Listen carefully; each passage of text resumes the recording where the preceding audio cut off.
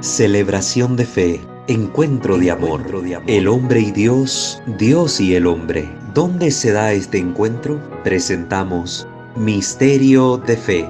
Escúchanos y conoce más sobre las expresiones de nuestra fe creída y celebrada en la liturgia. Señor Jesús, mi Salvador, amor eterno, amor divino. Vamos a comenzar entonces nuestra sesión del día de hoy.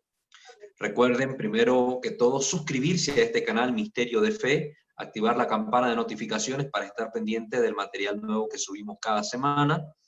Y de igual manera les invitamos a conocer nuestros otros dos canales en formación espiritual, que es el canal Santo Debo Ser, y también en formación doctrinal, nuestro canal Creo Señor Yo Creo. De igual modo les invitamos a darle like a nuestro fanpage, @WalterFajardo20 en Facebook, y a seguirnos para que estén pendientes del material que compartimos por ahí, por esos medios. También a veces ponemos otro tipo de material que les puede ser útil conocer. Vamos pues a ponernos en la presencia del Señor para comenzar el desarrollo de esta sesión. En el nombre del Padre, del Hijo y del Espíritu Santo. Amén. Señor Dios nuestro, te queremos dar gracias y bendecir tu nombre por permitirnos un encuentro más en estas sesiones de formación litúrgica para conocer mejor la forma en que celebramos nuestra fe, en que manifestamos nuestra creencia en ti, Señor. Te pedimos que tu Espíritu Santo nos asista para que, iluminados por él, podamos discernir adecuadamente estos conocimientos y aplicarlos en nuestra vida de fe. Te pedimos por nuestra iglesia y nuestros ministros, para que, iluminados por ti, sean dóciles a tu voz y puedan obrar de forma tal que la liturgia se convierta en un canal digno de encuentro contigo, Señor, en un espacio adecuado para la vivencia y manifestación de la fe que como iglesia profesamos. Que la Santísima Virgen María, los santos y los ángeles con sus ruegos, nos alcancen de ti las gracias necesarias que nosotros, Señor, requerimos para poder vivir adecuadamente nuestra experiencia de fe. En tus manos ponemos toda esta formación para que todo te tenga a ti como su fuente y tienda a ti como a su único fin. Te lo pedimos por Cristo nuestro Señor. Amén. Padre nuestro, que estás en el cielo, santificado sea tu nombre. Venga a nosotros tu reino y hágase tu voluntad, así en la tierra como en el cielo. Danos hoy nuestro pan de cada día. Perdona nuestras ofensas, como también nosotros perdonamos a los que nos ofenden. No nos dejes caer en la tentación y líbranos del mal. Amén. Dios te salve María, llena eres de gracia, el Señor es contigo. Bendita eres entre todas las mujeres, y bendito el fruto de tu vientre, Jesús. Santa María, Madre de Dios, ruega, Señora, por nosotros pecadores, ahora y en la hora de nuestra muerte. Amén. Gloria al Padre, al Hijo y al Espíritu Santo, como era en el principio, ahora y siempre, por los siglos de los siglos. Amén. Ave María Purísima, sin pecado concebida. En el nombre del Padre, del Hijo y del Espíritu Santo. Amén. Muy bien, queridos hermanos, vamos a comenzar nuestra sesión de hoy. Vamos a introducir ahora el tema de las posturas. Ya hemos hablado de los gestos en cuanto a las manos, en cuanto a este tipo de actos como el golpe de pecho, etc. Ahora vamos a entrar al tema un poco hablando acerca de las posturas. Ya cuando hablamos de las posturas, hablamos del arrodillarse, el estar del pie, estar sentado, las inclinaciones, etc. Entonces vamos a tocar este tema. Vamos a tocar este tema para que también conozcamos el porqué de estas acciones que se realizan. Y las estamos conociendo primero esto, antes que entrar en detalles de la liturgia eucarística, porque son posturas comunes a la celebración de los distintos sacramentos y además posturas comunes a los distintos ritos. Nos sentamos, nos levantamos, igual cuando se está celebrando una boda que cuando se está celebrando la misa, igual hay momentos en que se está de pie en un rito como en el otro. Entonces es importante conocer el sentido teológico, espiritual, bíblico de estas posturas, de estos gestos, para que luego ya cuando se dé las orientaciones de cómo se viven los distintos sacramentos, podamos tener una mayor comprensión acerca de esto. Recuerden que ciertamente muchos de los temas lo tocamos en relación directa con la Sagrada Eucaristía, ¿verdad? Y por analogía podemos nosotros aplicarlo al resto de los sacramentos. Siempre es bueno hacer esa aclaración, es válida hacerla. Sin más preámbulo, vamos a hablar ahora de estas posiciones corporales, sobre todo el estar de rodillas. ¿Qué significa estar de rodillas? ¿Por qué nos ponemos de rodillas?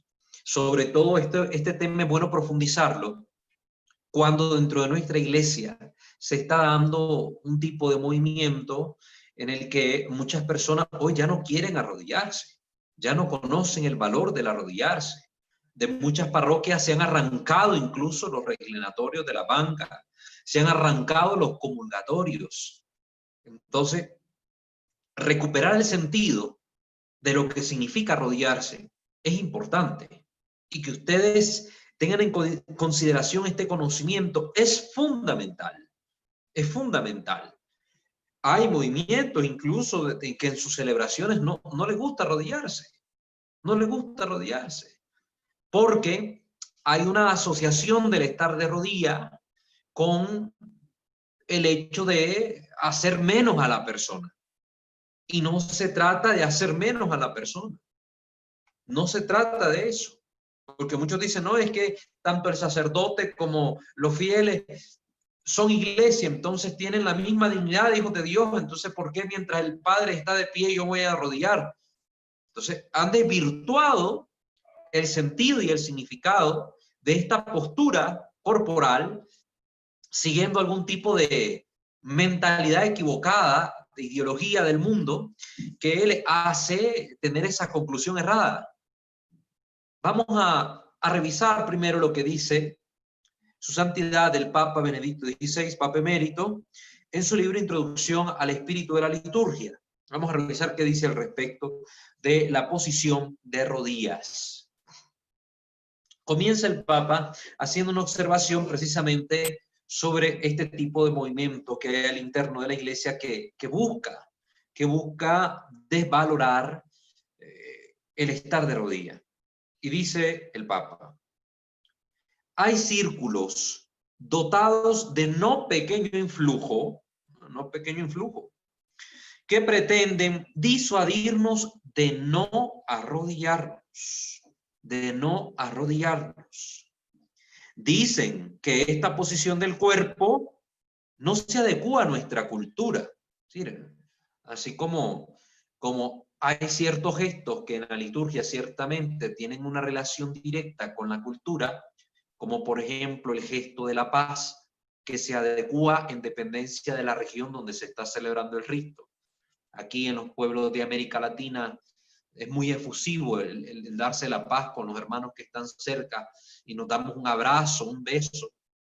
En otras culturas se da la mano, por ejemplo en Estados Unidos, en los lugares donde no hay muchos latinos, pues los estadounidenses más que todo es darse la mano, el saludo, pero hay otros lugares, por ejemplo en el Asia, donde no es propio de la cultura tener contacto físico con el otro, sino eso es en los círculos muy íntimos. Entonces, el entrar en contacto con el otro no está bien visto así a nivel público, sino que el gesto es el que se ocupa en los saludos seculares, ¿verdad? Entonces, con la inclinación de cabeza, a como prácticamente lo estamos haciendo en estos días acá en América Latina debido a la pandemia.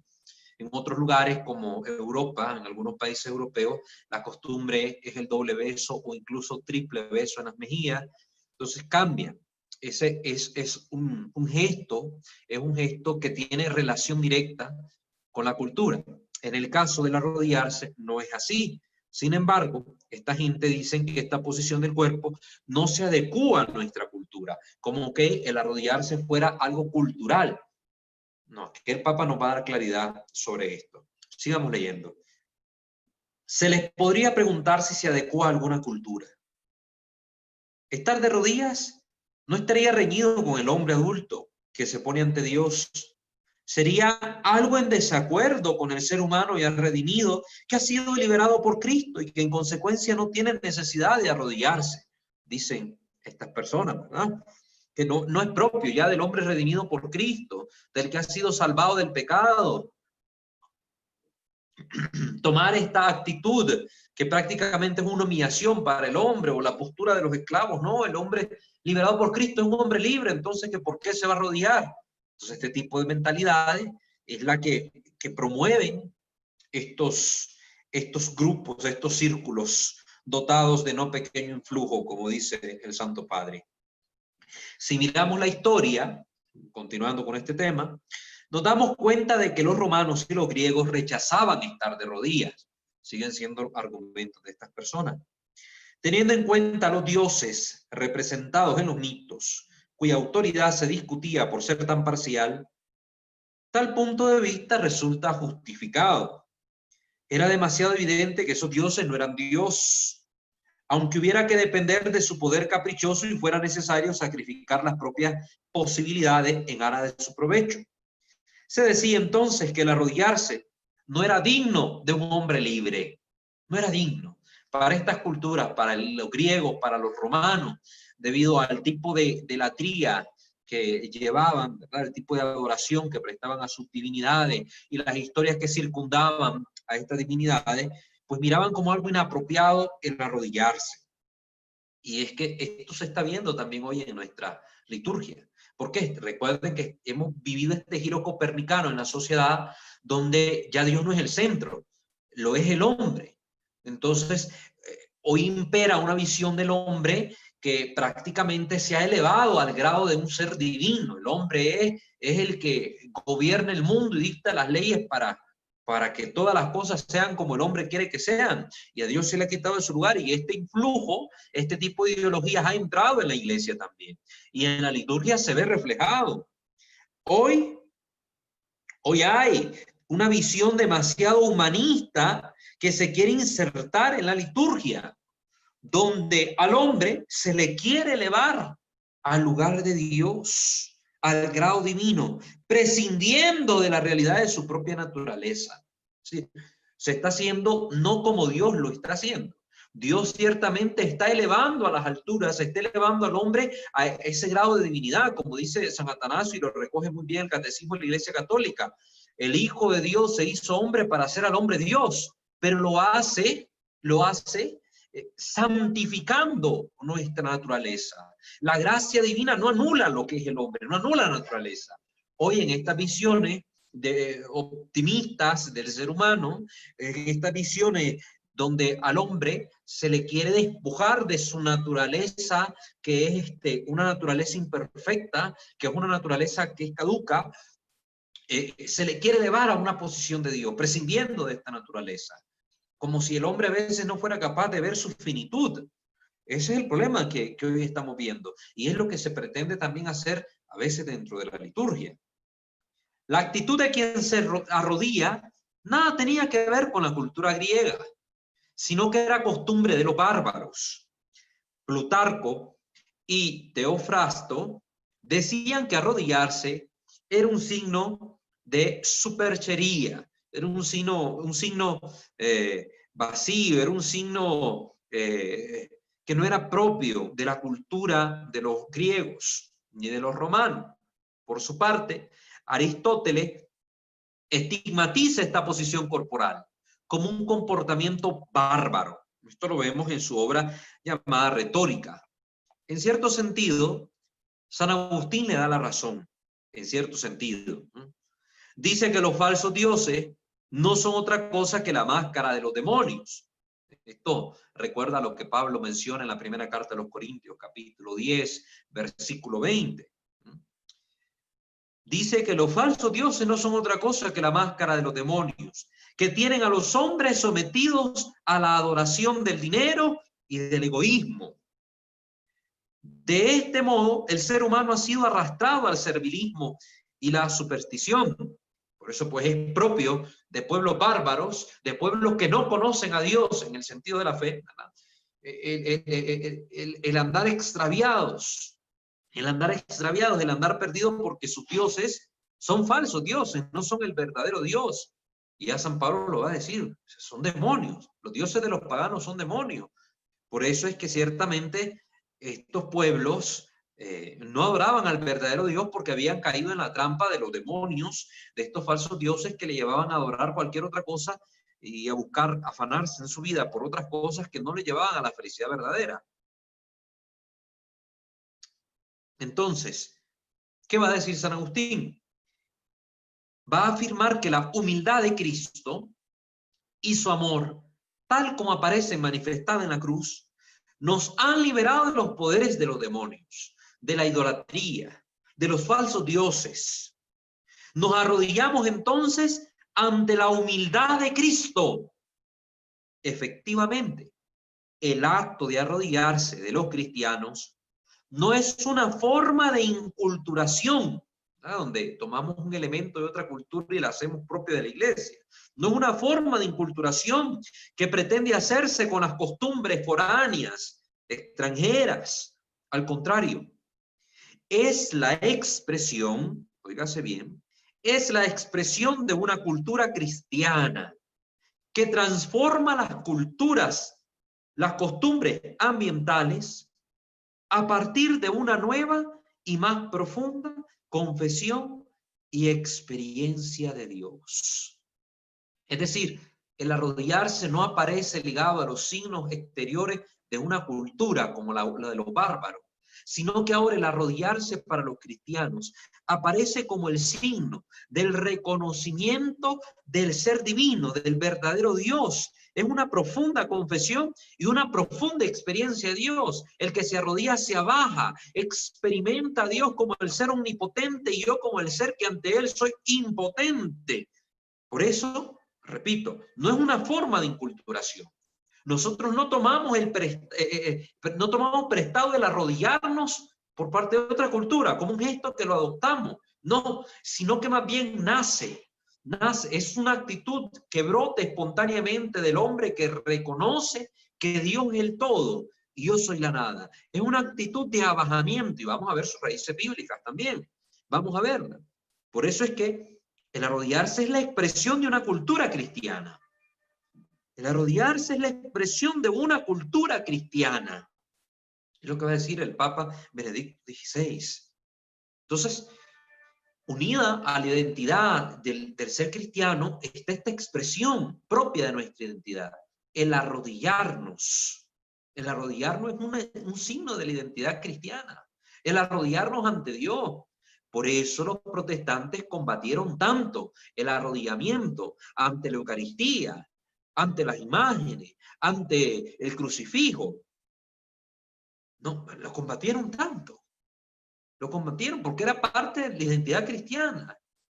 Con esta mentalidad de los protestantes, de la liberación de todos estos actos de adoración a Dios, de todos estos actos que identificaban al hombre como un hombre sumiso ante Dios, obediente a la ley de Dios, ellos se rebelan, los protestantes.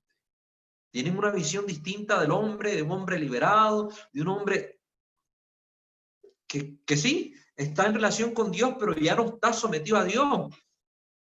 Un hombre que va creando su relación con Dios a la manera que al hombre le nace. Por eso en el protestantismo el hombre por sí mismo es el que es capaz de interpretar la escritura. Ya no es la iglesia, ya no hay una institución intermediaria. Entonces, la visión del protestantismo acerca de la relación con Dios también va a afectar las manifestaciones de fe de los creyentes que se convierten luego en herejes, en protestantes.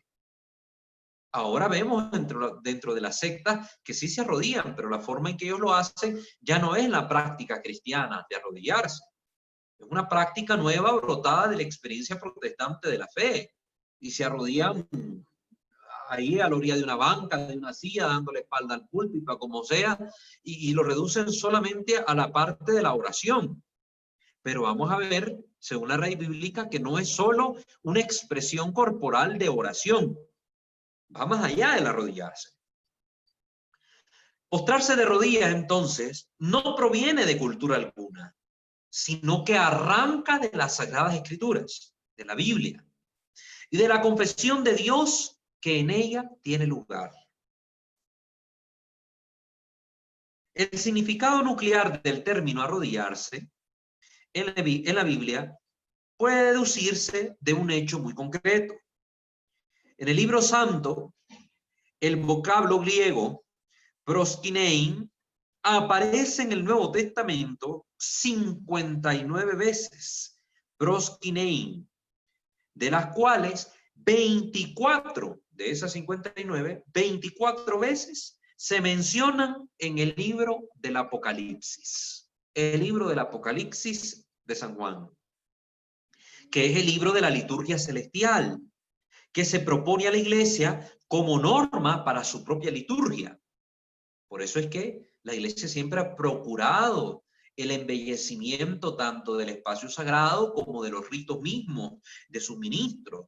Porque si nosotros vamos al libro del Apocalipsis, que precisamente aquí nos lo está diciendo muy bien el Papa, es el libro de la liturgia celestial y es el modelo de la liturgia de la iglesia, vamos a ver la belleza con la que se describe esta liturgia celestial, la belleza de los espacios sagrados, la belleza de los ministros que están delante del Señor, la dignidad de estas celebraciones.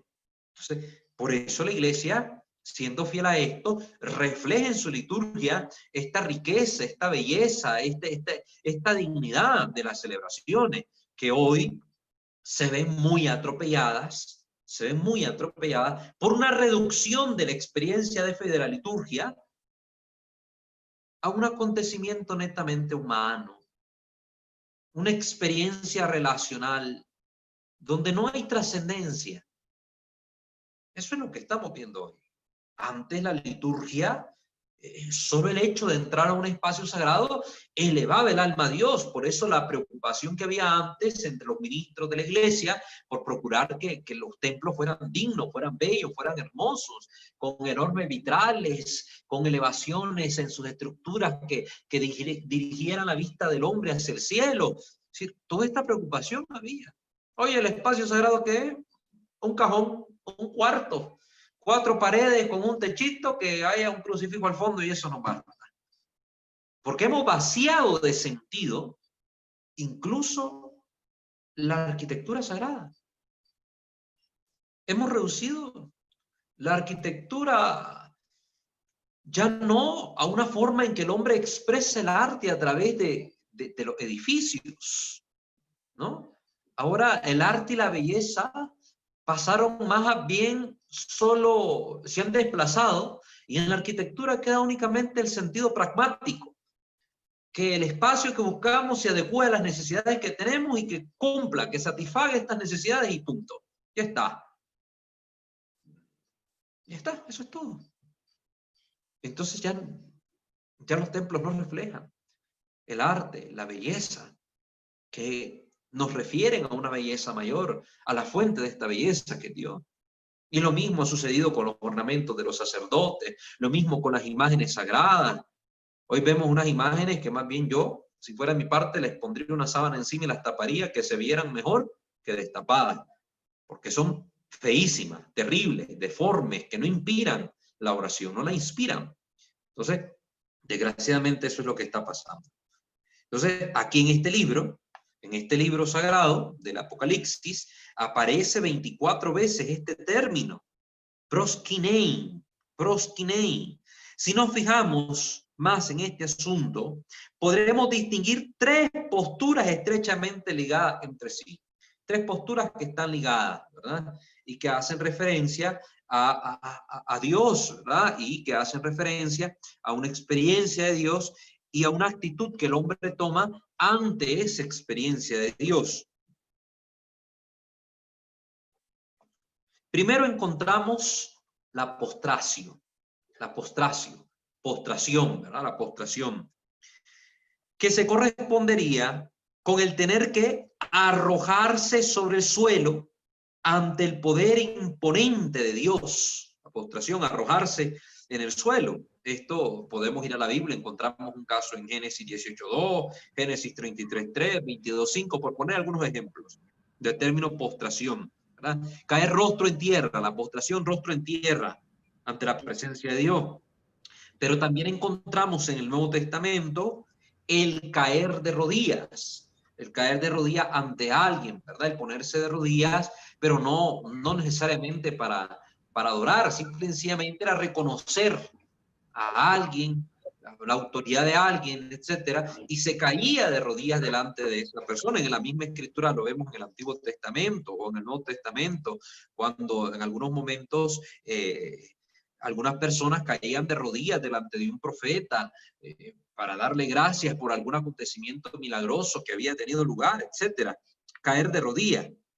Es evidente, bueno, y por fin, el tercer término, que es el estar de rodillas, ya como una postura del ser, ¿verdad? Entero, que reconoce la magnificencia, el poder, la omnipotencia del otro, ¿verdad? Y se muestra ante el otro más pequeño que.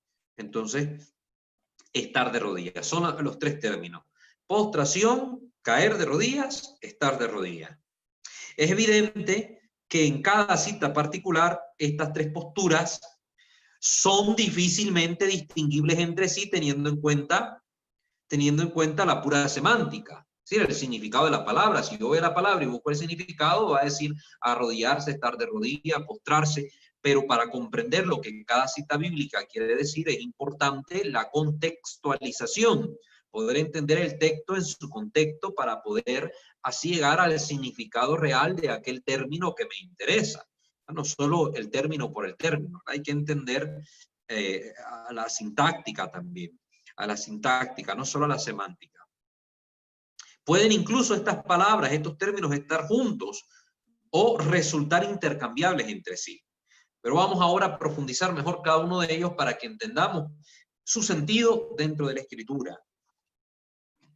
En referencia a la postración, todas estas son prácticas que actualmente están en vigencia. En referencia a la postración, desearía referir aquí solo un breve texto del Antiguo y del Nuevo Testamento respectivamente. En el Antiguo Testamento, Dios se aparece a Josué antes de la toma de Jericó. Se trata de una escena en la cual el autor sagrado ha querido establecer un paralelo con respecto a la revelación de Dios a Moisés en la zarza ardiente, ¿verdad? El autor sagrado quiere poner este paralelo. Así como el primer cautivo de Israel, Moisés, ¿verdad? Vive esta experiencia de Dios en la zarza y se postra, se quita las sandalias porque está en el suelo sagrado y todo esto. Bueno, entonces el autor de este texto nos muestra ahora a Josué teniendo una experiencia de Dios, ¿no? Una experiencia muy personal, una teofanía del Señor muy a nivel personal y similar a la que tiene Moisés para mostrarnos pues que ahora Josué es el nuevo cautivo del pueblo de Israel. Josué ve al jefe del ejército del Señor. Después de haber reconocido su identidad, se arroja ante él sobre la tierra. En ese momento, escucha las palabras que en otro tiempo fueron dichas a Moisés. Quítate las sandalias de tus pies, porque el lugar en que estás es sagrado. Esto lo encontramos en Josué capítulo 5, versículo 14 en adelante, ¿verdad? 14 y siguientes. Bajo la misteriosa forma del jefe del ejército del Señor, es el mismo Dios escondido que le habla a Josué, el cual se tira por tierra ante él, es decir, cae con el rostro en tierra. La interpretación que Orígenes nos proporciona de este pasaje es hermosa. Orígenes, un padre de la iglesia. Es que hay otro jefe de las potencias celestiales que no sea nuestro Señor Jesucristo. Así pues, Josué adora a aquel que había de venir, a Cristo. Bajo esa apariencia del jefe de los ejércitos, Josué, sin saberlo, ya estaba adorando al Rey de Reyes, Señor de Señores, al Mesías que esperaba el pueblo, ¿verdad? Se le aparece en esta forma espiritual. Y vemos esta actitud interesante. se postra rostro en tierra. Era parte de la tradición del pueblo de Israel, que ante la presencia de Dios, a Dios no se le podía ver, el que miraba a Dios moría. Por eso, es una actitud que reconocía la suma majestad del ser divino y la fragilidad, la pequeñez, la debilidad, la impureza de la criatura humana, pues con temor reverente, el que tenía una experiencia de Dios arrojaba su cuerpo, su rostro en tierra, precisamente porque aquello era tan santo y yo tan impuro, que si lo veía podía morir. Entonces, por eso el pueblo tomaba esa actitud. Y lo vamos a ver en muchas ocasiones, si vamos al Antiguo Testamento, cuando hay una manifestación divina, esta es la actitud. Arrojarse rostro en tierra. Actitud que la vamos a ver en el Nuevo Testamento, por ejemplo, en la teofanía que se da en el Monte Tabor, con la transfiguración de Cristo. Cuando se oye la majestuosa voz del Señor, ¿qué hacen los tres apóstoles principales? Pedro, Santiago y Juan, se arrojan rostro en tierra, con temor, con temblor, porque ellos, como buenos judíos que eran, conocían esta tradición. Que miraba el rostro de Dios, moría. Entonces ellos tenían temor, todavía estaban conociendo poco a poco el misterio de quién era Jesucristo, el misterio de la Trinidad, que fue algo gradual para ellos, esta revelación gradual. Entonces, nos muestran esta actitud, postración, a bajarse rostro en tierra. En el Nuevo Testamento, los santos padres señalaron de modo particularmente adecuado la devoción de los fieles a la oración de Jesús en el Monte de los Olivos, en el Getsemaní, en el huerto. Según Mateo 22:39 y Marcos 14:35, Cristo se echa sobre el suelo. Es decir, Mateo y Marcos presentan a un Jesús que está orando en el huerto, postrado ante su Padre. No solo de rodillas, sino postrado, rostro en suelo ante su Padre. Va a ser Lucas el que va a manifestar, tanto en su Evangelio como en los Hechos de los Apóstoles, a un Jesús que oraba de rodillas. Un Jesús que oraba de rodillas. ¿Ves? Porque él va a hablar de la teología de la genuflexión, de todo el contenido teológico de este signo. Pero los autores Mateo y Marcos nos van a hablar de una postración rostro en tierra por el sentido teológico de su evangelio, del cual vamos a hablar. Esta oración, en cuanto a introducción a la pasión, es paradigmática, tanto desde el punto de vista del gesto mismo, como desde el contenido que nos quieren transmitir los evangelios de Mateo y de Marcos. El gesto nos dice algo muy importante, y es que Jesús asume la caída de los hombres. Por eso se postra rostro en tierra. Jesús asume la caída del hombre. El hombre que había sido apartado de la gracia de Dios, el hombre desgraciado, que estaba muerto a la vida divina, el hombre que cayó de la gracia de Dios. Jesús asume esta postura, esta caída del hombre. Él mismo se introduce en esta postración. Ora desde la hondura más profunda del desamparo y el apuro del hombre, elevando todo esto al Padre. Miren qué hermoso. Es un Cristo que cae al suelo para levantar al hombre. Es un Cristo que se tira a la tierra, a lo más bajo, el tirarse a la tierra, en estar en contacto con la tierra, ante una experiencia de Dios, era ponerse en el lugar de los muertos. Solo los muertos están acostados en la tierra. El muerto en el Antiguo Testamento, en las tradiciones más antiguas del entendimiento de este estado, se miraba como que el muerto ya no era nada. Por eso hay salmos donde dicen que los muertos no alaban al Señor, los que bajan a la fosa ya no te dan gloria, ya no te alaban, porque era entendido como que el hombre era reducido a la nada. Entonces, esta postura en el pueblo de Israel también tenía este significado. Ante Dios el hombre no es nada. El hombre está como muerto, no es nada. Jesús asume esta postura que es la condición del hombre que por el pecado ha muerto. Por el pecado del hombre entró la muerte al mundo, dice la Escritura. Jesús asume esta postura, asume esta realidad, se identifica con esta realidad que es propia de la naturaleza que él comparte con nosotros, la naturaleza humana. El hombre caído, el hombre que está muerto. y la asume para poder elevar todo esto al Padre, elevar el hombre a Dios. Que no se haga mi voluntad sino la tuya. El hombre en el jardín del Edén hizo su propia voluntad. No escucha la palabra de Dios. Se cierra a escuchar el mensaje divino. Bien lo va a decir el Papa Benedicto también en su carta Verbum Domini. Muy importante, Verbum Domini. Y va a decir que precisamente el pecado del hombre consiste en no escuchar la voz de Dios, en cerrarse a su voluntad, en hacer su propia voluntad y no la del Padre. Pues Jesús, en el momento del Getsemaní, hace lo contrario a lo que el hombre hizo en el jardín del Edén. En el jardín del Edén, el hombre se cierra a la voluntad de Dios. En el huerto de los olivos, el hombre en Cristo, figura del nuevo Adán, se abre a la voluntad del Padre. El hombre que vive ahora para el pecado en el viejo Adán, en el nuevo Adán, muere al pecado y se abre a la voluntad de Dios. Muere a la propia voluntad y vive según la voluntad de Dios. Que no se haga mi voluntad sino la tuya. Cristo mismo posibilita que la voluntad del hombre se entregue a la de Dios. Toma sobre sí todos los rechazos humanos de la voluntad de Dios y los padece. Por eso Cristo vive la pasión de forma espiritual en el huerto de los olivos. Por eso la agonía de Cristo, este combate, esta lucha, donde también suda sangre, como también derramará su sangre en la cruz. Es decir, Cristo vive una doble pasión, o una misma pasión en dos dimensiones, una espiritual y una corpórea, una física. La primera la vive ahí, en el huerto de los olivos, donde está muriendo a sí mismo, negándose a sí mismo, tomando en sí todos los rechazos de la voluntad del hombre a la de Dios, para poder abrirse a la voluntad del Padre, abrirse a la voluntad de Dios.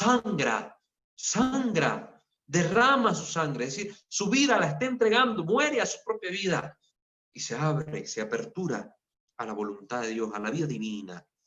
Pero a quien apertura es al hombre. Hace que el hombre, a través, recuerden, de su pasión, Jesús hace al hombre partícipe de la vida divina, lo hace partícipe de la gracia celeste, lo hace para nosotros, por amor a nosotros. Precisamente esta configuración de la voluntad del hombre con la voluntad de Dios es el núcleo de la salvación. Y es que la caída del hombre consistió en contradecir la voluntad divina, en contraponer la propia voluntad al querer de Dios. Por eso este es el núcleo de la salvación, la configuración de la voluntad del hombre con la voluntad de Dios. Es hermoso. Y todo eso está simbolizado en el acto de la postración. Todo eso, por eso hermoso es orar ahí en momentos personales, de oración personal, orar postrados, con el rostro en suelo. Los judíos lo hacen, los musulmanes lo hacen, pero nosotros como cristianos también lo hacemos. Y lo hacemos con un significado más profundo que el que los judíos tenían de este signo, y más profundo que el que los herejes musulmanes tienen sobre este gesto. El sentido cristiano es más radical, es nuevo, es profundo, es misterioso, es trascendente. El tentador quiso embaucar a los hombres para que creyeran que la resistencia a la voluntad divina era la condición previa para su liberación. Y es lo que sigue repitiéndole al hombre de hoy. El hombre de hoy, que escucha más al demonio que a Dios, esto es lo que creen. Creen que seguir los mandamientos del Señor es condicionar la libertad, que no somos verdaderamente libres porque hay una atadura, un mandamiento, una negación. No hagas esto, no hagas lo otro, porque entienden la ley por la ley y le dan un sentido legalista que mata. La ley mata, esa es la fuerza del pecado, decía San Pablo. No, venga a Dios como el que restringe su vida. Y esta es una forma demoníaca de ver la relación con Dios, de ver la religión, de ver los mandamientos, pero tiene inspiración demoníaca, y el hombre que se apertura a esta inspiración del demonio termina cayendo en este engaño. Para la serpiente, el demonio, Solo sería libre la propia voluntad autónoma, que no se somete a otra voluntad. Eso es lo que les propuso Adán y Eva. Y es lo que sigue proponiendo hoy. De hecho, el padre Gabriele Amor, famoso exorcista de Roma, en su libro Mi encuentro con el diablo, ¿no? Mi encuentro con el diablo, va a narrar. Las leyes del diablo son 3. Miren cómo el demonio no tiene nada nuevo que presentar. Siempre es lo mismo que perjudica la vida del hombre. Las leyes del diablo son 3. Primera ley, dice, haz todo lo que quieras. Cuidadito nosotros que nos encanta hacer cualquier cosita. Ya San Pablo nos da esta advertencia en primera carta a los Corintios, capítulo 12, versículo 6. ¿Qué dice? ¿Qué dice San Pablo a los Corintios? Todo lo puedo hacer, todo lo que quiera, pero no todo me conviene. No todo me conviene. Entonces, el demonio está en el engaño. Primera ley del demonio, haz todo lo que quieras. Ningún impedimento. Nada te está prohibido. Si quieres asesinar, asesina. Si quieres robar, roba. Haz todo lo que quieras. Mire, ¿cuántos vivimos según las leyes del demonio y no según las leyes de Dios? Miremos la segunda, para que vayamos viendo cómo está nuestra vida cristiana, que más que identificarse con los mandamientos del Señor, con los 10 mandamientos, se identifica más con estas 3 leyes del demonio. Segunda ley, nadie tiene derecho a mandarte nada. Aquí no estás obligado a obedecer a nadie, porque nadie tiene el derecho de darte órdenes. No obedezcas a nadie. Esa es la segunda ley del demonio. No hay que obedecer a nadie. Hoy el mundo obedece más las leyes del demonio. Hoy la gente es rebelde y no quiere obediencia a las autoridades civiles, no quiere obediencia a las autoridades eclesiásticas. Los hijos no quieren obediencia a sus padres en las familias. Los empleados no quieren obediencia a sus empleadores, a su jefe. Estamos viendo en esta dinámica donde el mundo cada vez se ha abierto más a escuchar la voz del demonio.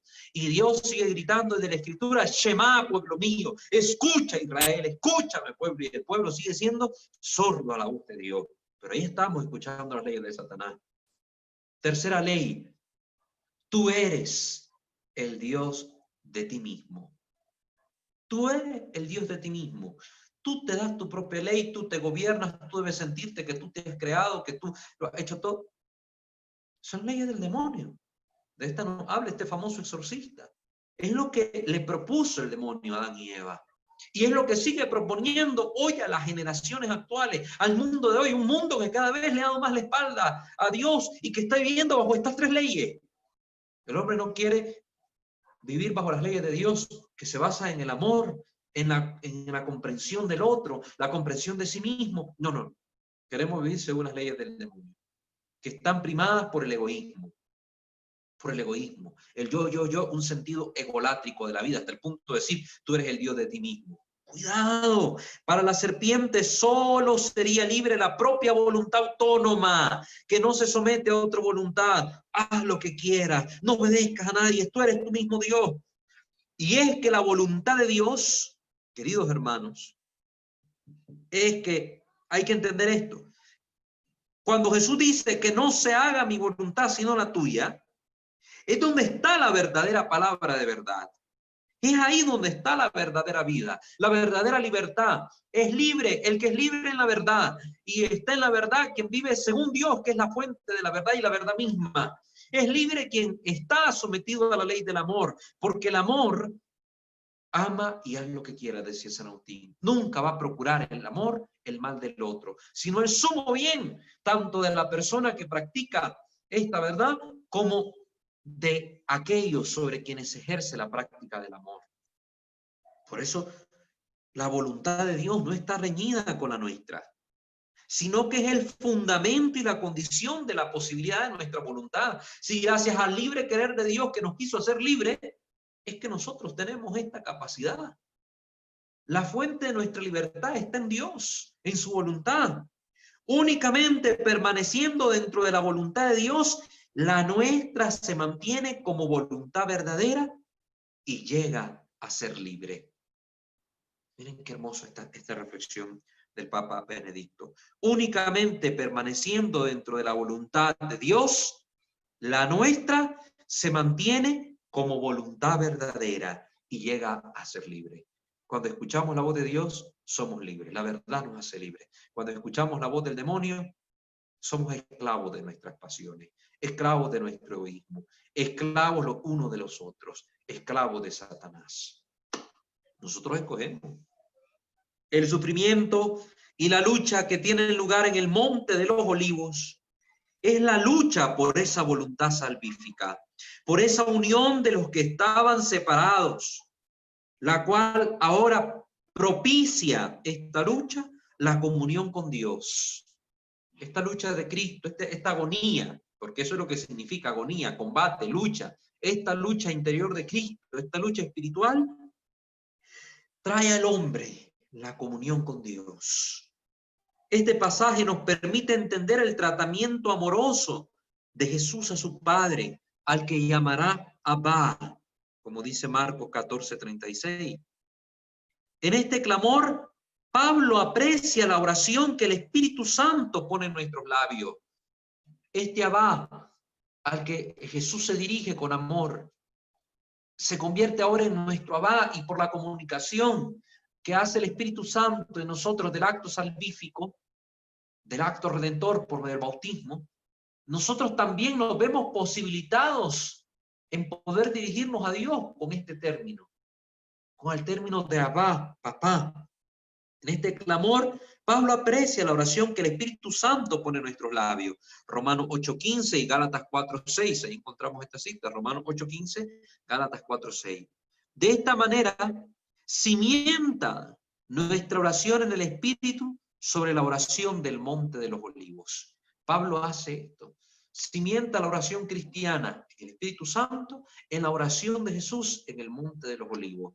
Una oración donde se reconoce totalmente la voluntad de Dios, totalmente la voluntad del Padre, antes que la propia voluntad, desordenada, herida por el pecado. Entonces, ahí está. Esta es la verdadera oración cristiana, la oración que lleva a conformarse con la voluntad de Dios, la oración que lleva a tener confianza plena en el Padre. Es la oración que lleva al abandono total en las manos del Abba, del papá. Qué hermoso. En nuestros días aparece la postración en la liturgia de la iglesia, sobre todo en dos ocasiones. Durante la celebración ritual del Viernes Santo, ¿recuerdan cuando el Viernes Santo se ha inaugurado la liturgia del tiempo más solemne de nuestra liturgia de fe, el trío pascual? Se inaugura esta liturgia el jueves por la noche, que ya es viernes según la liturgia, el jueves por la noche con la cena del Señor, Cena Domini, y la liturgia continuará durante el viernes, el sábado, hasta el domingo, ¿verdad? El domingo de la resurrección.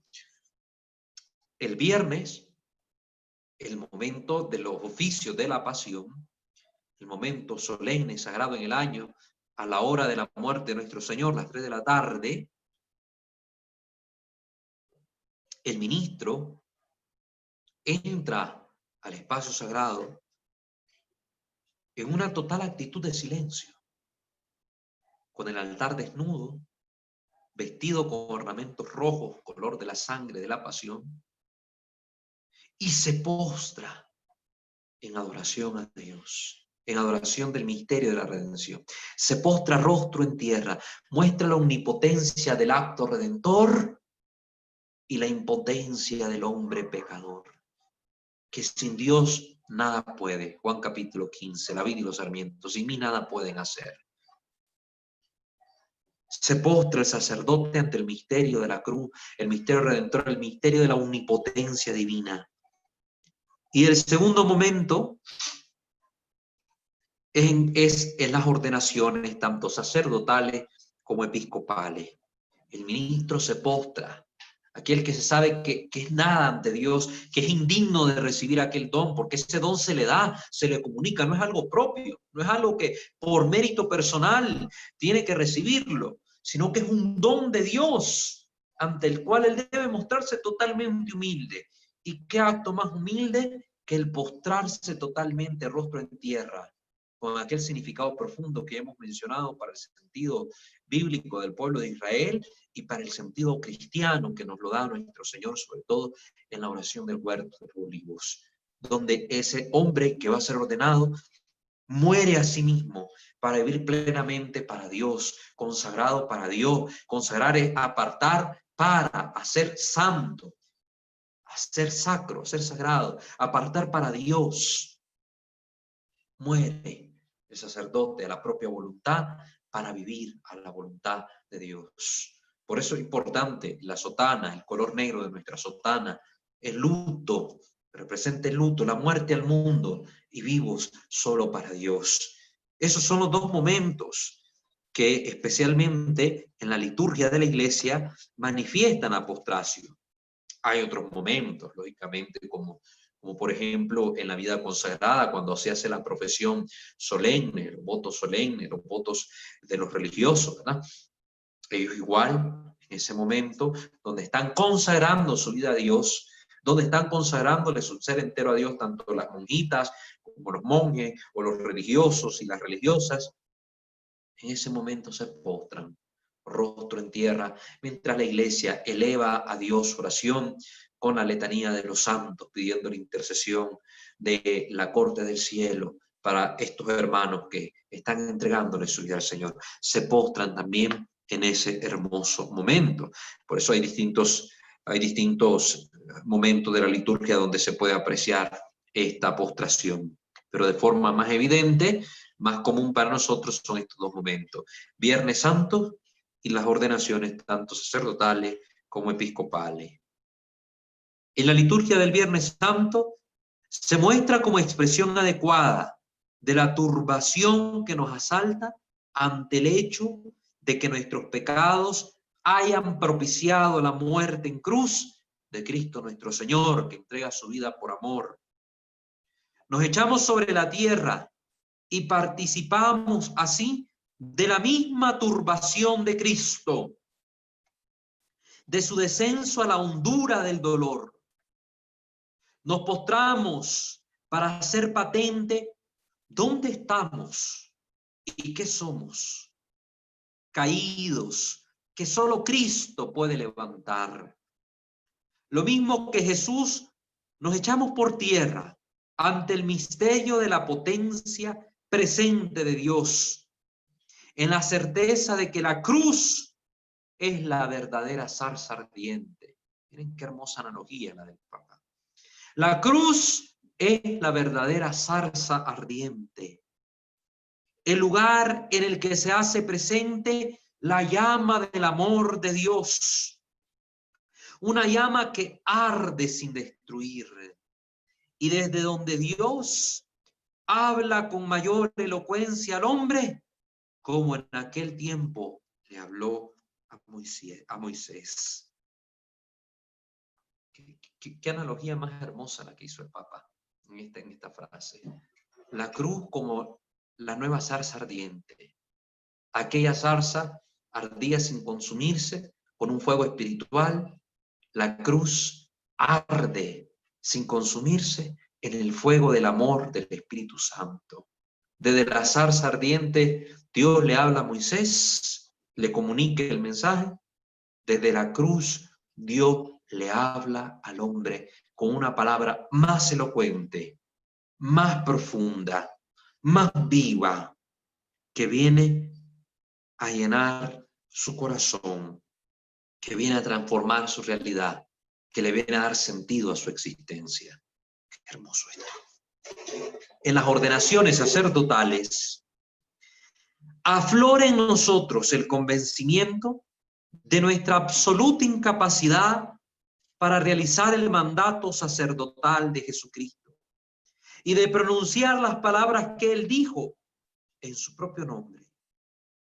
Mientras los candidatos al orden permanecen postrados en el suelo, toda la comunidad reunida entona las letanías de los santos.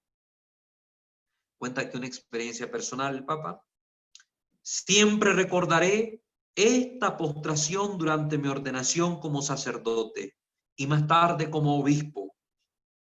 Cuando fui ordenado obispo, sentí acaso con mayor intensidad que en mi ordenación sacerdotal mi falta de aptitud, mi incapacidad para la gran encomienda que se me confiaba. Resultó maravillosamente consolador sentirme arropado por la oración de la iglesia, que expresamente me cubría y me penetraba. Mi incapacidad se manifestó corporalmente en esta postración. Y aquella oración de la iglesia que hacía presentes a todos los santos, a los vivos, a los muertos, me confirió una fuerza extraordinaria. Solo la iglesia me podía levantar del suelo. Solo ella me podía acompañar a lo largo del camino que iba a comenzar. Solo la iglesia.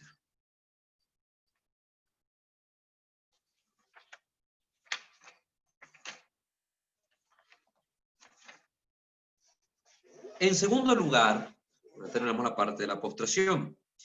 En segundo lugar, hay que mencionar el gesto de caer de rodillas,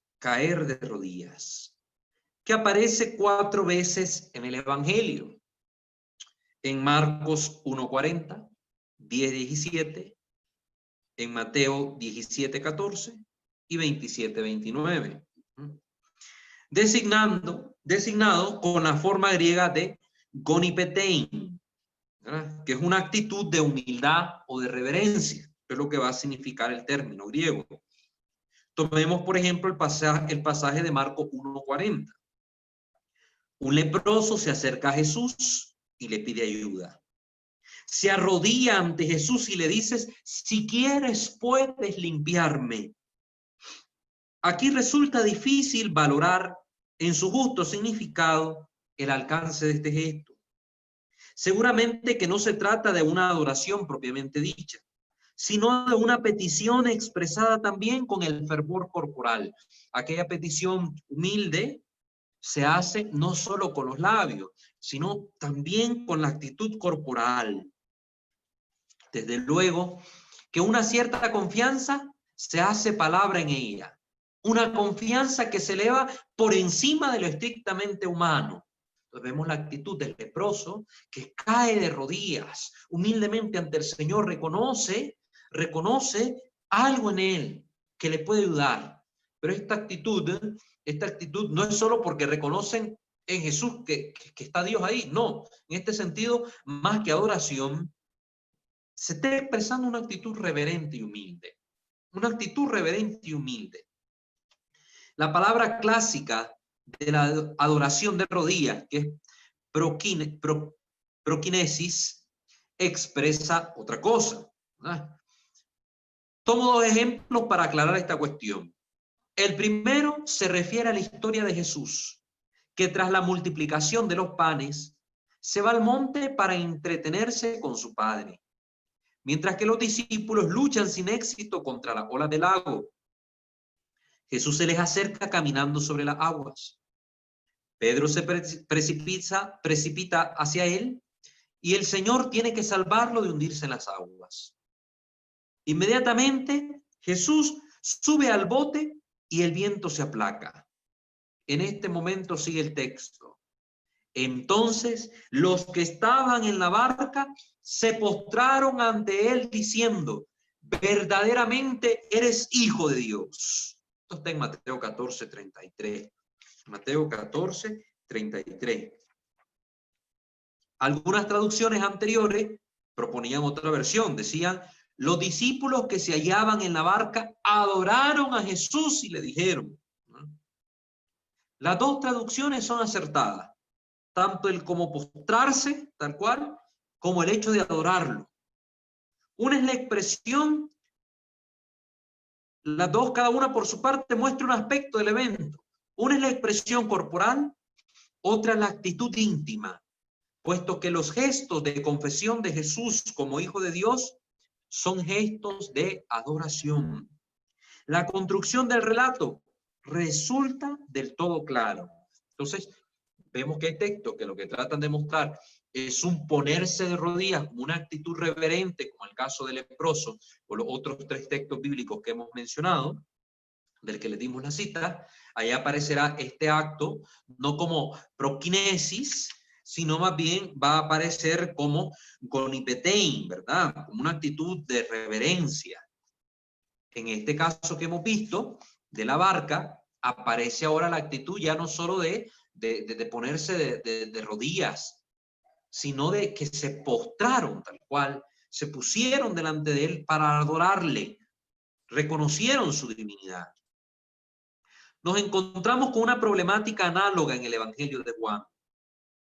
En el pasaje de la curación del ciego de nacimiento, esta historia construida como un verdadero teodrama, ¿verdad? Una obra de Dios, una acción de Dios, concluye con un diálogo entre Jesús y el que ha sido curado, que ocupa el lugar del diálogo, ¿no? Que ocupa el lugar del diálogo de conversión primitivo, ¿no? Este diálogo que aparece acá, el diálogo de Jesús y el ciego curado, es un diálogo que manifiesta precisamente este diálogo de conversión que se manifestaba en los primeros siglos de la cristiandad. Toda esta historia debe ser entendida como una interpretación interior del significado existencial y teológica del sentido del bautismo. Recuerdan, el ciego estaba en oscuridad y luego por el acto milagroso de Jesús, el acto del agua, que con barro nuevo hace que este ciego recupere la vista, la luz vuelva a sus ojos.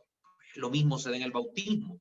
El agua, el hombre nuevo, el barro nuevo, la luz que se nos otorga. Por eso el sacramento del bautismo se le conoce como sacramento de la iluminación. Nos saca de las tinieblas y nos traslada al reino de la luz admirable del Señor. Entonces, por eso debe ser interpretado en este sentido. En el mencionado diálogo, Jesús le pregunta al hombre si cree en el Hijo del Hombre, a lo que el ciego de nacimiento respondió: ¿quién es, Señor, para que cree en él? Jesús le dice: lo has visto, el que está hablando contigo, ese es. Él entonces dijo: creo, Señor, y se postró ante él. El acto de fe unido al gesto corporal es un acto de adoración. Esto lo encontramos en Juan 9, 35, 38. En traducciones antiguas se podía leer: el ciego lo adoró, ¿verdad? El ciego lo adoró. Hoy las traducciones bíblicas se hacen más como textualmente lo que la palabra dice, y a veces se omite como este sentido profundo que quería comunicar el texto bíblico. Entonces las traducciones más antiguas, antes de que se diera todo este boom de los estudios histórico-críticos de los textos, sí ponían más como este sentido espiritual de ellos. Y entonces podíamos encontrar esas traducciones como el ciego lo adoró, que nos deja a nosotros más claridad, sobre todo para hablar contra los protestantes que niegan la divinidad del Hijo, como son, por ejemplo, los testigos de Jehová o los mismos mormones, que dicen que Jesús no es Dios. Pues aquí los textos claramente nos dejan ver que sí lo es y que lo adora el pueblo como Dios. En efecto, toda la escena se orienta al acto de la fe y de la adoración de Jesús, que es consecuencia de la propia fe. Y ahora ya no solo se hayan abierto los ojos del cuerpo, sino también los del corazón. Este hombre se ha convertido de verdad en un vidente de Dios, ve con claridad. Para la interpretación del texto, es importante tener en cuenta que en el Evangelio de Juan, la palabra proskinein, aparece 11 veces, de las cuales 9 veces aparece en la conversación de Jesús con la samaritana, junto al pozo de Jacob, en este contexto, ¿verdad? Esto lo hallamos en Juan 4, capítulo 4, versículos del 19 al 24. Esta conversación está toda ella dedicada al tema de la adoración. Es indiscutible, pues, que aquí, como en general en todo el Evangelio de Juan, la palabra proskinein tiene siempre el significado de adorar. Como el diálogo con el ciego del nacimiento, la conversación con la samaritana culmina también con una autorrevelación de Jesús. Yo soy el que habla contigo. Todo el texto gira en torno a la adoración. Nuestros padres adoraron el monte Garizim y ustedes dicen que hay que adorar en el templo de Jerusalén. ¿Se acuerdan ustedes? Llegará un día en que se adorará a Dios en espíritu y en verdad. Todo esto, Jesús termina revelando que Él es el Mesías, el esperado, yo soy el que habla contigo. También ligado a este sentido de la adoración, al que se le debe la adoración verdadera a nuestro Señor Jesucristo. Entonces, es importante ver que aquí el término va ligado el gesto con la intención. No solo es caer de rodillas, sino que la intención adorar. Entonces, se une tanto gesto con intención para significar la misma cosa. Siempre me he tenido a la consideración de estos textos, pues en ellos percibo que se pone de manifiesto algo importante. En los dos pasajes que hemos examinado más de cerca, encontramos que no puede separarse el sentido espiritual de la postura corporal, incitos en el término proskinei. Es como que fuera con natural. La intención y el gesto expresan la adoración. Expresan la adoración. Por eso les hablé de los protestantes, porque ellos ya este gesto, cuando lo hacemos en la iglesia, sobre todo ante la Eucaristía, le quitan este valor. Ya no, la Eucaristía para ellos no es real. No es Jesús el que está ahí. Ya no es Jesús. Entonces no hay que arrodillarse ante la hostia. Hay que comulgar de pie. Hay que recibirlo en las manos. Esta es práctica protestante, ahí es donde se originó. Entonces, ya vemos el porqué. Ya vemos el porqué. El gesto corporal como tal encierra en sí un sentido espiritual, es decir, la adoración, sin la cual el propio gesto carecería de sentido. Es decir, cuando nosotros no unimos el gesto a la intención, el gesto por sí mismo no significa adoración. El gesto por sí mismo no significa adoración. Pero el gesto con la intención es como que fuera con natural.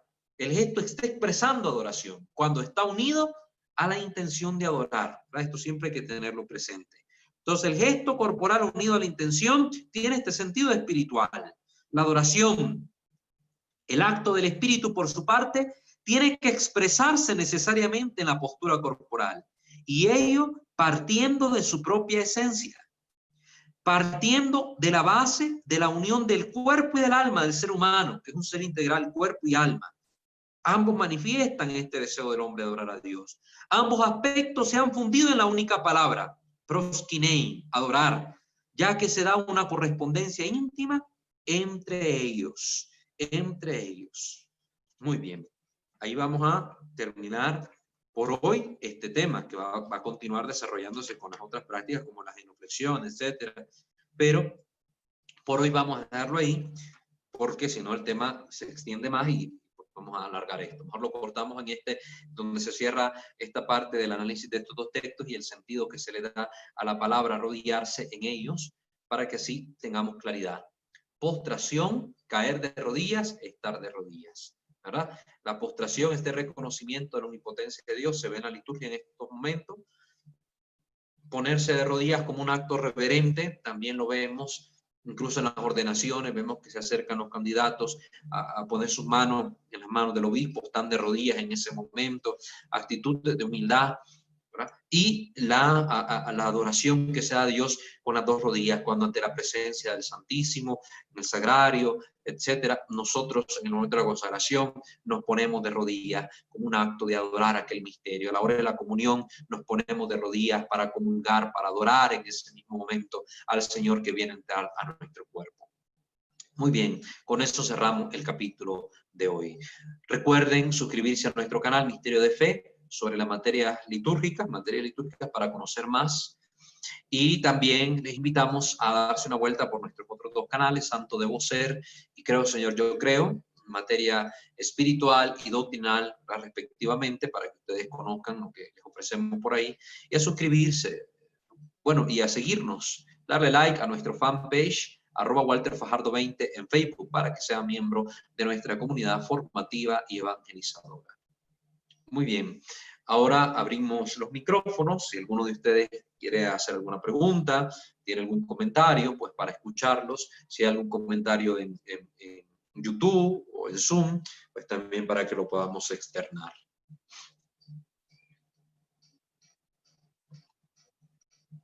Recuerden decirnos su nombre y desde dónde nos hablan, para que nosotros pues podamos saberlo, ¿verdad? Hay personas que nos están escuchando, no lo ven en la cámara, entonces para que sepan quién está hablando y de dónde. Es importante esta participación.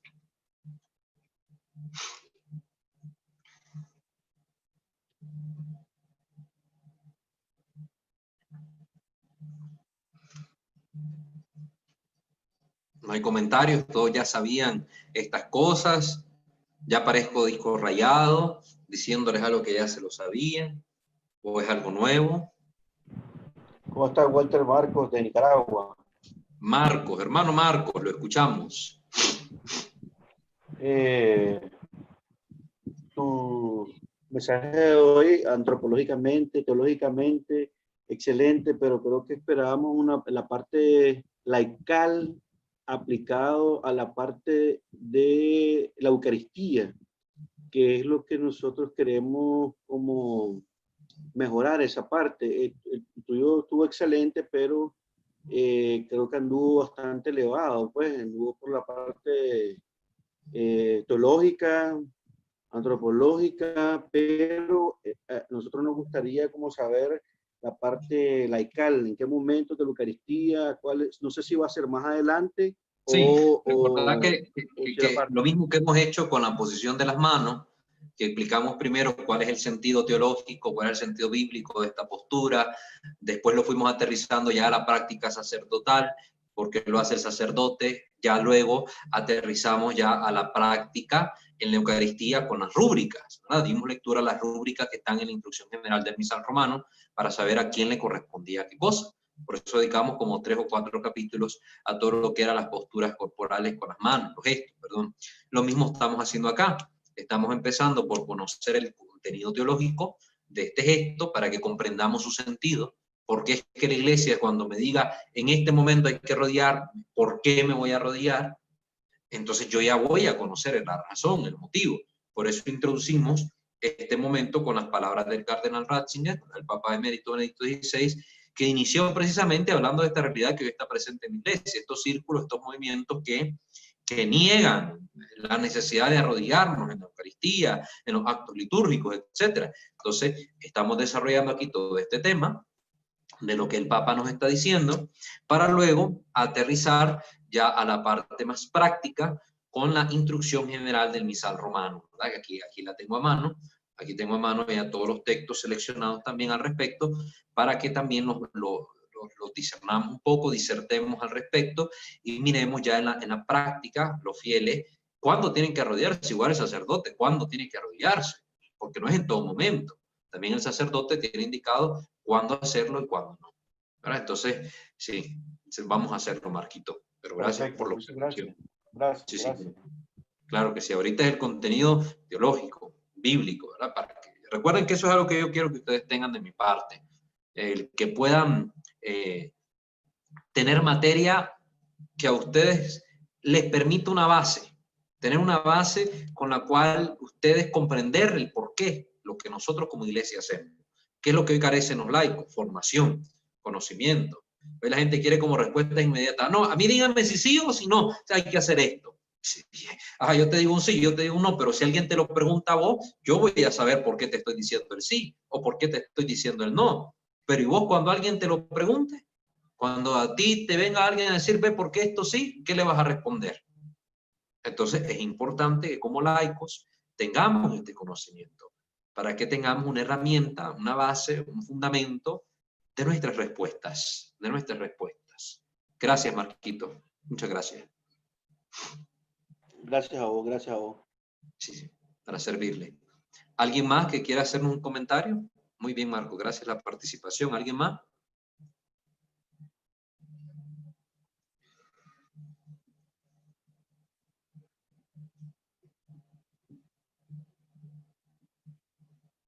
Aprovechen, ¿verdad? Que estamos para tratar de darles respuestas. Después no se queden con lagunas. Yo creo que Ana Doris, le escucho como un eco. escucho un eco. Sí. Si gusta, silencia mi micrófono, mi pantalla un ratito. Usted hable, pero silencia el sonido de su computadora para que se escuche solo su voz y yo después le respondo. No, active su micrófono, pero silencie el audio de la computadora. Así yo le voy a escuchar a usted y así no se oye el eco.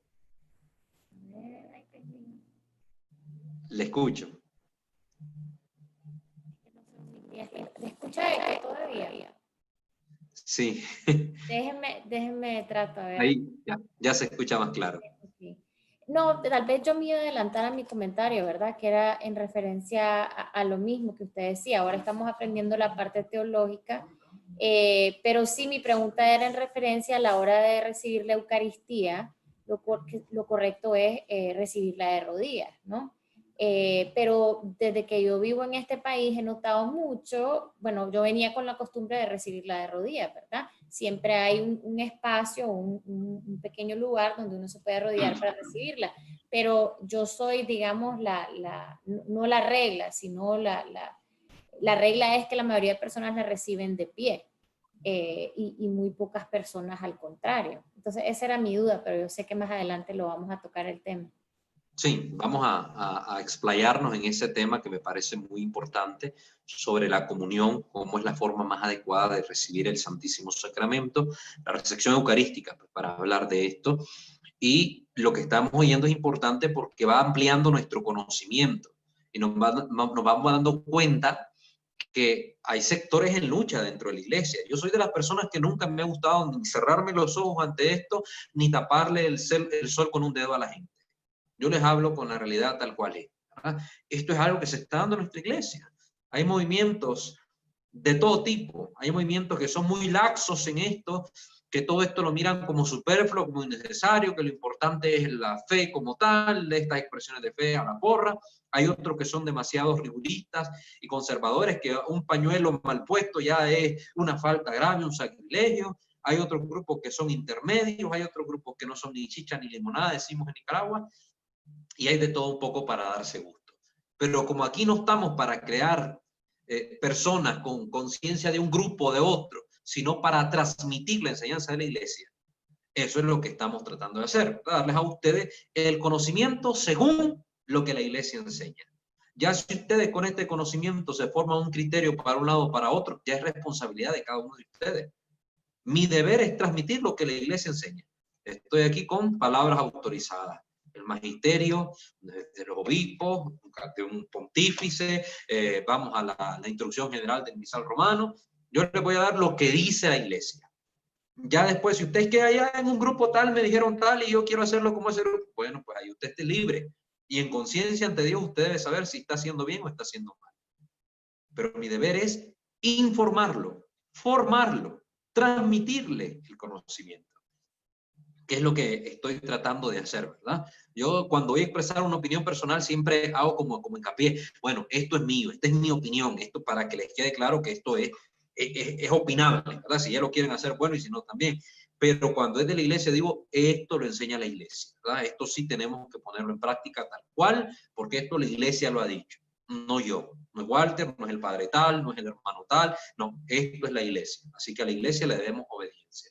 Entonces, más adelante, ya después de que miremos todo el sentido bíblico, teológico, de lo que es el arrodillarse, el postrarse, la genuflexión, las inclinaciones, etcétera, vamos a centrarnos, como hicimos con las manos extendidas, después de ver todo lo general, lo aterrizamos en el Padre Nuestro, que era algo que querían saber ustedes, pues igual vamos a hacer acá, con la comunión, cómo recibir la comunión adecuadamente. ¿Sí? Gracias por su comentario, hermana Doris. Gracias. Claro. ¿Alguien más? Qué bueno que están preguntando, porque así se van dando cuenta pues, de lo que vamos a tocar, para que vean que no vamos quedando muy lejos, sino que estamos aterrizando esto. Hermano Sí. Walter, buenas noches. Soy Ángeles, de México. Ángel, de México, le escuchamos. Sí, yo tengo una duda ahorita con esto de la pandemia que se está viviendo. ¿Cómo puedo recibir yo la comunión ahorita, en estos momentos de pandemia? Sí, bueno, Porque como hemos dicho, yo veo que mucha gente la recibe con los dedos, o se la ponen en la mano y se la llevan a la boca, y ahí muchos se van con la comunión, no se la ponen en la boca delante del sacerdote, sino que se van y se la van poniendo en el camino. sí, yo ya he dicho pues de que este tema lo vamos a tocar más de lleno para que ustedes lo comprendan mejor. Ahorita solo me limito a decirles las conferencias episcopales de cada país han dado orientaciones específicas, ¿verdad? Orientaciones específicas de cómo hacer la comunión, de cómo recibirla. Hay que tener en cuenta que no es sacrílego el acto cuando no hay intención de cometer sacrilegio. Hay que tener en cuenta la conciencia que nosotros debemos tener ante quién estamos cuando recibimos la comunión. Hay que ver que si realmente hay un sentido válido que inspire esta práctica como se está promoviendo en estos días. Hay que entender también que algo temporal y extraordinario. Entonces, eso que nos quede claro, ¿verdad? Si hay una práctica anómala o se está haciendo por parte de los fieles de una forma inadecuada, hay que informársela al párroco o al obispo, ¿verdad? La conferencia ha dicho, comúlguese delante del ministro, y hay gente que se lleva la hostia. Incluso hay que seguir a esa persona porque quién sabe qué va a hacer con la hostia. Ya les he compartido a ustedes material en el grupo de WhatsApp que hemos visto hechos lamentables, ¿verdad? Que se han cometido graves sacrilegios contra el Santísimo Sacramento. Y yo aquí personalmente, como se los he dicho, soy contrario a la comunión de otra forma que no sea de rodillas y en la boca. Yo personalmente soy contrario a cualquier forma de comunión que no sea de rodillas y en la boca. Pero ya más adelante vamos a conocer qué dice la Iglesia al respecto. Ahí se van a dar cuenta por qué tengo yo esta postura personal, cuál ha sido la praxis en la tradición de la Iglesia, y vamos a conocer también los momentos en que la Iglesia ha vivido también estos fenómenos, porque pandemias han habido a lo largo de la historia, no solo ahorita. En el tiempo de la peste negra también hubo pandemia, cómo se comulgaba en ese tiempo. Entonces vamos a comprender, porque como les digo, hay grupos que son extremistas por un lado en el rigorismo y extremistas por el otro en la forma liberal. Entonces vamos a ver qué pasó en la tradición de la Iglesia cuando se vieron estos fenómenos. Pues también lo vamos a entender. Entonces, eso es lo que le puedo decir por ahorita, porque es un tema muy extenso. Y si lo abordo ahorita, 2 horas me voy a llevar solo en eso. Entonces, creo que no es recomendable ahorita tocarlo, pero sí a tenernos una obediencia y una conciencia clara y tranquila de lo que estamos haciendo cuando comulgamos. Gracias.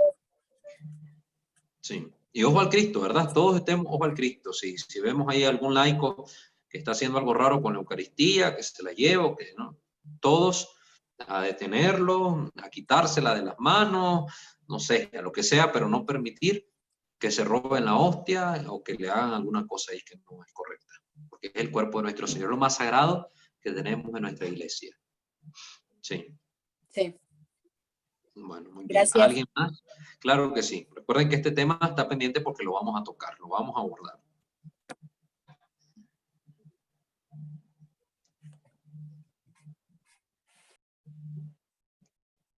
¿Alguien más? ¿Algún comentario? ¿Alguna pregunta? Aprovechen ahorita, ¿verdad?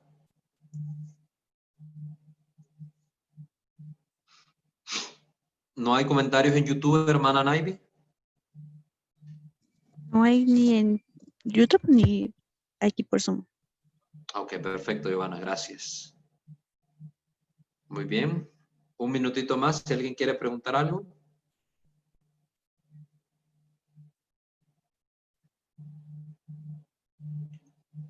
Bueno, espero que hayan tenido claridad, que seamos de los cristianos que vivamos más la ley de Dios que la ley del demonio. Ya escuchamos cuáles son los 3 preceptos de la ley de Satanás. Espero que no la estén practicando ustedes en su vida, ¿verdad?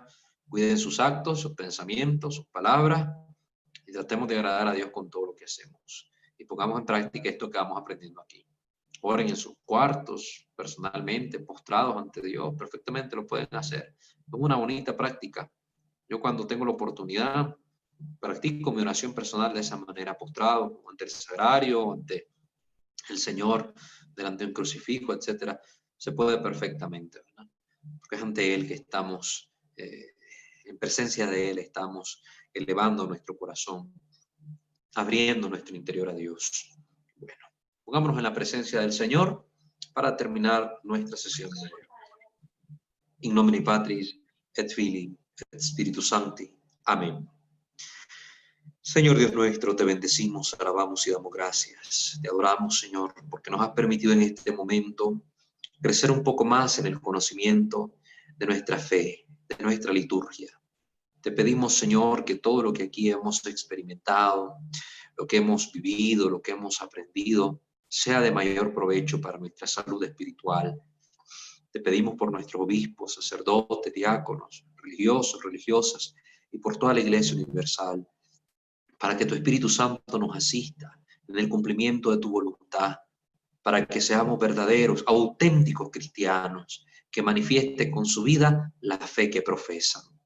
Te lo pedimos por intercesión de María la Virgen, el ruego de los santos y de los ángeles, en el nombre de Jesucristo, tu Hijo nuestro Señor. Amén. Bajo tu amparo nos acogemos, Santa Madre de Dios. No desprecies las súplicas que te dirigimos en nuestras necesidades. Antes bien, líbranos de todos los peligros, oh Virgen siempre gloriosa y bendita. Amén.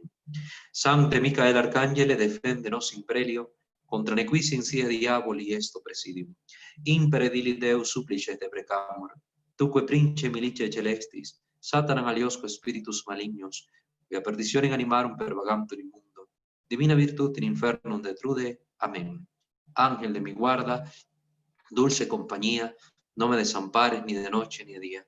No me dejes solo, que sin ti me perdería. En la hora de mi muerte, llámame feliz a los brazos de Jesús, José y María. Amén. Ave María Purísima, sin pecado concebida. En el nombre del Padre, del Hijo y del Espíritu Santo. Amén.